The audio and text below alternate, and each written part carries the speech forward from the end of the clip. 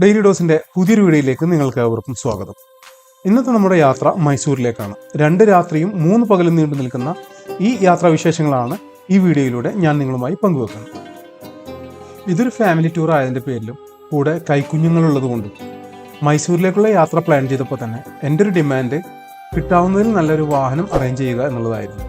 ആഗ്രഹിച്ചതുപോലെ തന്നെ നല്ലൊരു വണ്ടി നമുക്കിവിടെ അറേഞ്ച് ആയിട്ടുണ്ട്. വൈഫിൻ്റെ അനിയത്തിമാരും അവരുടെ ഭർത്താക്കന്മാരും കുട്ടികളും ഡ്രൈവറും കൂട്ടി ഞങ്ങൾ 14 പേരാണ് മൈസൂരിലേക്ക് യാത്ര തിരിക്കുന്നത്. പറഞ്ഞുറപ്പിച്ചതുപോലെ തന്നെ കൃത്യം 12 മണിക്ക് നന്ദു വണ്ടിയുമായി എത്തി. സാധനങ്ങളൊക്കെ ലോഡ് ചെയ്തതിനു ശേഷം ഏകദേശം 12:15 കൂടി ഞങ്ങൾ യാത്ര തിരിച്ചു. മൈസൂരിലേക്കുള്ള ഞങ്ങളുടെ യാത്ര പ്ലാൻ ചെയ്തിരിക്കുന്നത് വിരൂര്, കോഴിക്കോട്, വയനാട്, മുത്തങ്ങ, ബന്ദിപ്പൂർ, ഗുണ്ടൽപേട്ട് വഴി ശ്രീരംഗപട്ടണമാണ്.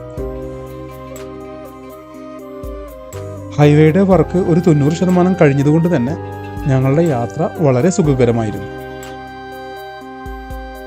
ഈ യാത്ര കളറാക്കുന്നതിന് വേണ്ടി എല്ലാവരും തന്നെ മുൻപന്തിയിലുണ്ട്. ഈ കളറാക്കൽ കണ്ടപ്പോൾ തന്നെ അടുത്ത സ്റ്റോപ്പിൽ വണ്ടി നിർത്തുമ്പോൾ ഛർദ്ദിക്കാനുള്ള കവർ വാങ്ങുന്നതിൻ്റെ ആവശ്യകതയെക്കുറിച്ച് ഞാൻ നന്ദുവിനെ ഓർമ്മിപ്പിച്ചു.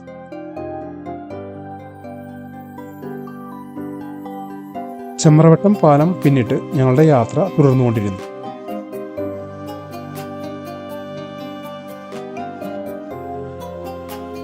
തിരൂര് കഴിഞ്ഞ് 13 മൈൽ എന്ന് പറയുന്ന ഒരു സ്ഥലത്ത് ചായ കുടിക്കാനായിട്ട് ഞങ്ങൾ വണ്ടി നിർത്തി. കഫേയിലേക്ക് ഞാൻ കയറി ചെല്ലുമ്പോൾ കാണുന്ന കാഴ്ച, ചായയും ജ്യൂസും ഒരുമിച്ച് കുടിച്ച് ഇതിലേതാണ് ടേസ്റ്റ് എന്ന് നോക്കിയിട്ട് ഇഷ്ടപ്പെടാത്ത ജ്യൂസ് നൂറുവിന് തിരിച്ചേൽപ്പിക്കുന്ന ഫൈസലിനെയാണ്. സോഡ കുപ്പിക്കകത്തിരിക്കുന്ന ഗോലിയെക്കുറിച്ച് നൂറുവിന് കാര്യമായിട്ട് എന്തൊക്കെയോ ഫൈസൽ പഠിപ്പിച്ചു കൊടുക്കുന്നുണ്ട്. അത് കണ്ട് അത്ഭുതത്തോടെ നോക്കി നിൽക്കുന്ന നൂറുവിനെയും നമുക്ക് ഈ വീഡിയോയിൽ കാണാവുന്നതാണ്. അങ്ങനെ അവിടുന്ന് ചായയും കുടിച്ചു, ഛർദ്ദിക്കാനുള്ള കവറും മേടിച്ചു. ഞങ്ങൾ അവിടുന്ന് യാത്ര തിരിച്ചു. താമരശ്ശേരി ചുരവും പിന്നിട്ട് ഞങ്ങൾ യാത്ര തുടർന്നു. 5:45 മുത്തങ്ങ ചെക്ക് പോസ്റ്റിന് 5 കിലോമീറ്റർ മുമ്പുള്ള ഒരു ചായക്കടക്ക് മുന്നിൽ ഞങ്ങൾ വണ്ടി ഒതുക്കി. അവിടെ ഞങ്ങളെ കാത്തിരുന്നത് നല്ല തണവായിരുന്നു. സ്ഥിരമായിട്ട് കാട്ടാനകളുടെ ആക്രമണം ഉണ്ടാകുന്നൊരു പ്രദേശമാണിവിടെ. തണവ് പ്രതീക്ഷിക്കാത്തത് കൊണ്ട് കയ്യിലൊരു ഷട്ടർ പോലും കരുതാതെയാണ് ഞങ്ങൾ യാത്ര തുടങ്ങിയത്. 6 മണിക്ക് ശേഷമാണ് മുത്തങ്ങ ചെക്ക് പോസ്റ്റ് തുറക്കുന്നത്. ഞങ്ങളുടെ മുന്നിൽ വേറെ വഴിയൊന്നുമില്ലാത്തതുകൊണ്ട് തണവും സഹിച്ച് ഞങ്ങൾ അവിടെ തന്നെ നിന്നു. ഇപ്പോൾ മുത്തങ്ങയിലുള്ള തണവിനെ കുറിച്ച് നിങ്ങൾക്ക് കൂടുതലായിട്ട് അറിയണമെന്നുണ്ടെങ്കിൽ ഫൈസലിൻ്റെ എക്സ്പ്രഷൻ നിങ്ങൾക്ക് നോക്കാവുന്നതാണ്. മുത്തങ്ങ ചെക്ക് പോസ്റ്റ് വഴി ഞങ്ങൾ യാത്ര തുടർന്നു. നിങ്ങൾക്ക് ഓർമ്മയുണ്ടോ നമ്മുടെ അരിക്കൊമ്പനും മെരിക്കെടുക്കാനായിട്ട് പോയ കോന്നി സുരേന്ദ്രൻ എന്ന കുങ്കിയാനയെക്കുറിച്ച്? അവനെ പാർപ്പിച്ചിരിക്കുന്നത് ഇവിടെയാണ്. ഒന്ന് കാണാൻ പറ്റുമെന്നൊരു ശ്രമം ഞാൻ നടത്തി നോക്കി. പക്ഷേ വിസിറ്റേഴ്സിനെ അലൗഡ് ഇല്ലാത്ത കാരണം ഞങ്ങൾ വീണ്ടും അവിടുന്ന് യാത്ര തിരിച്ചു. വണ്ടിയിലിരിക്കുന്നവരുടെ കണ്ണുകൾ 4 ഭാഗം പരത്തിക്കൊണ്ടിരിക്കുകയാണ്. എന്തെങ്കിലും വന്യജീവികളെ കാണാൻ പറ്റുമോ എന്നുള്ളൊരു ആകാംക്ഷയിലാണ്. അങ്ങനെ കുറച്ച് മയിലുകളെയും കുരങ്ങന്മാരെയും ഒരു ആനയെയും ഞങ്ങൾ കണ്ടു. ബന്ദിപ്പൂർ നാഷണൽ പാർക്ക് ഏരിയയിലേക്ക് കടന്നപ്പോൾ കാടിനുള്ളിൽ തീയിട്ടതായിട്ട് ശ്രദ്ധയിൽപ്പെട്ടു. വലിയ തീപിടുത്തം വരുമ്പോൾ മരത്തിന് താഴെയുള്ള ചെറിയ ഉണങ്ങി തെരിച്ച പുല്ലുകൾ പെട്ടെന്ന് കത്തിപ്പടരാൻ സാധ്യതയുണ്ട്. അതുകൊണ്ട് ഫോറസ്റ്റുകാർ തന്നെ അത് തീയിട്ട് നശിപ്പിച്ചതാണെന്നാണ് പിന്നീട് അറിയാൻ കഴിഞ്ഞത്.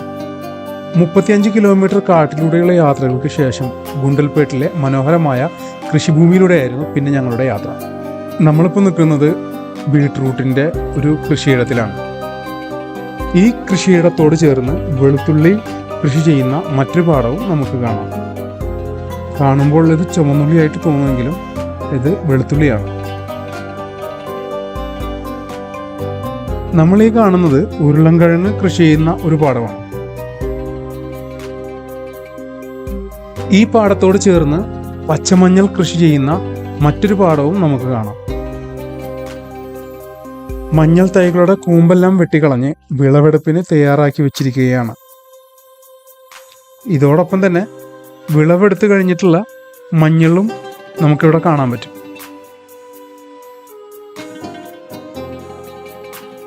നമ്മളിപ്പോൾ നിൽക്കുന്നത് ഒരു മനോഹരമായിട്ടുള്ള തക്കാളിത്തോട്ടത്തിലാണ്.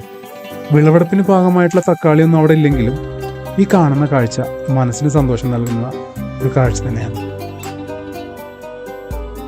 റോട്ടിലേക്ക് നോക്കി യാത്രക്കാരോട് എൻ്റെ കൂടെ നിന്നൊരു സെൽഫി എടുക്കാമോ എന്ന് ചോദിക്കുന്ന സൂര്യകാന്തി പൂക്കളെയും ചെണ്ടമല്ലി പൂക്കളെയും നമുക്കിവിടെ കാണാം.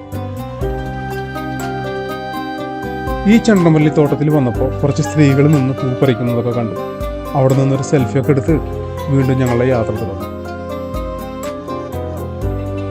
ഈ മനോഹരമായിട്ടുള്ള തോട്ടങ്ങളിൽ വീഡിയോ പകർത്താൻ എനിക്ക് ഏറ്റവും കൂടുതൽ സപ്പോർട്ട് തന്നത് നന്ദുവാണ്. ഇതുപോലെയുള്ള തോട്ടങ്ങൾ കാണുമ്പോൾ നന്ദു വണ്ടി സൈഡാക്കും. അങ്ങനെയാണ് ഈ വീഡിയോസ് എനിക്ക് പകർത്താൻ കഴിഞ്ഞത്. വിളവെടുപ്പിന് ഭാഗമായിട്ടുള്ള ഒരു പയർ കൃഷിത്തോട്ടത്തിലാണ് നമ്മളിപ്പോൾ നിൽക്കുന്നത്. ഈ കൃഷിയിടത്തിനോട് ചേർന്നിട്ട് തന്നെ ചോളത്തിൻ്റെയും കാബേജിൻ്റെയും കുക്കമ്പറിൻ്റെയും തോട്ടങ്ങൾ നമുക്ക് കാണാൻ പറ്റും. ഇതൊക്കെ കാണുമ്പോഴും എൻ്റെ മനസ്സിലെ ചിന്താഗതി എന്താണെന്ന് നിങ്ങൾക്കറിയാം. തമിഴ്നാട്ടുകാരും കർണാടകക്കാരും കേരളത്തിലേക്കുള്ള പച്ചക്കറി വിതരണം നിർത്തി കഴിഞ്ഞാൽ ഞാനും നിങ്ങളൊക്കെ പണിയെടുത്ത് മെഴുകേണ്ടി വരും. ശരിയല്ലേ?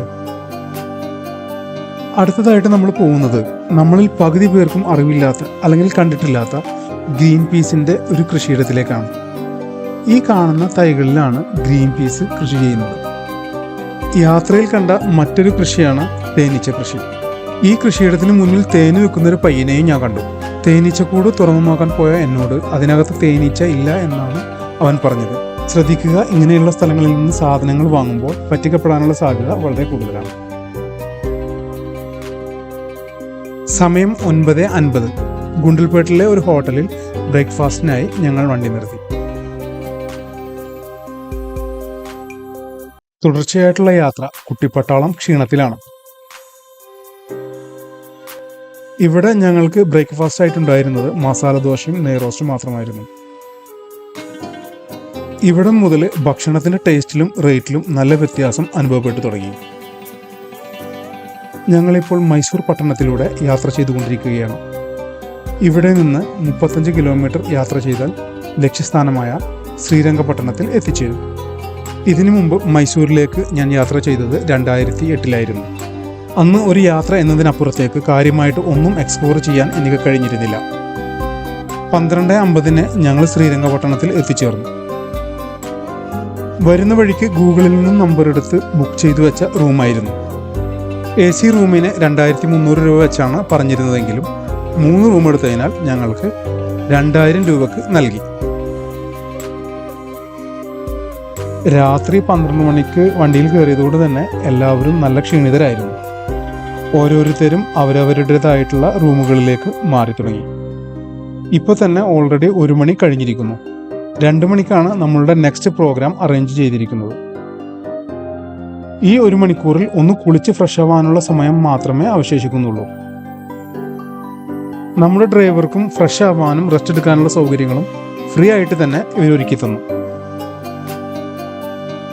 2000 രൂപക്ക് പുറത്തായിട്ടുള്ള നല്ല റൂം തന്നെയാണ് നമുക്ക് കിട്ടിയിരിക്കുന്നത്. നല്ല ലക്ഷറി ആയിട്ട് തന്നെയാണ് റൂമിൻ്റെ സെറ്റപ്പ് ചെയ്തിരിക്കുന്നത്. ഇവിടുത്തെ ബാത്റൂമും നല്ല ലക്ഷറി ആയിട്ട് തന്നെയാണ് സെറ്റ് ചെയ്തിട്ടുള്ളത്. ഈ വീഡിയോ നിങ്ങൾക്ക് ഇഷ്ടപ്പെടുകയാണെങ്കിൽ തീർച്ചയായിട്ടും സപ്പോർട്ട് ചെയ്യാൻ മറക്കരുത്. അടുത്ത വീഡിയോയുമായിട്ട് നമുക്ക് വീണ്ടും കണ്ടുമുട്ടാം. അതുവരെ നന്ദി, നമസ്കാരം.